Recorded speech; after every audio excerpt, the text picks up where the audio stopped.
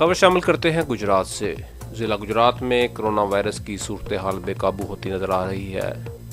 Deputy commissioner doctor خرم شہزاد کی زیر صدارت اجلاس منعقد ہوا۔ ضلع میں پازیٹیو کیسز کی تعداد 33 ہو گئی۔ 70% متاثرہ افراد نے ویکسین نہیں لگوائی۔ ضلع میں 70% شہریوں کی مکمل ویکسینیشن ہو چکی ہے۔ 76% شہریوں کو ویکسین کی پہلی ڈوز لگائی جا چکی ہے۔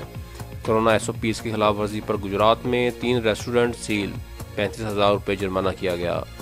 کھاریا میں 1 ریسٹوران، 1 سپر سٹور سیل، 50,000 روپے جرمانہ کیا گیا۔ سرائے عالمگیر میں 2 بیکریاں سیل، 80,000 روپے جرمانہ کیا گیا۔ میرج ہال میں ویکسینیشن شدہ 300 افراد کے انڈور، 500 افراد کے آؤٹ ڈور اجتماع کی اجازت ہوگی۔ ویکسینیشن شدہ افراد ہی ہوٹلوں، جم، پارک، مزارات پر جا سکیں گے۔ پبلک ٹرانسپورٹ میں ویکسینیشن شدہ 70% مسافر بٹھائے جا سکتے ہیں۔ تعلیمی اداروں میں 12 سال سے زائد عمر کا ایک بھی طالب علم یا ٹیچر بغیر ویکسینیشن ہوا تو اسے سیل کر دیا جائے گا۔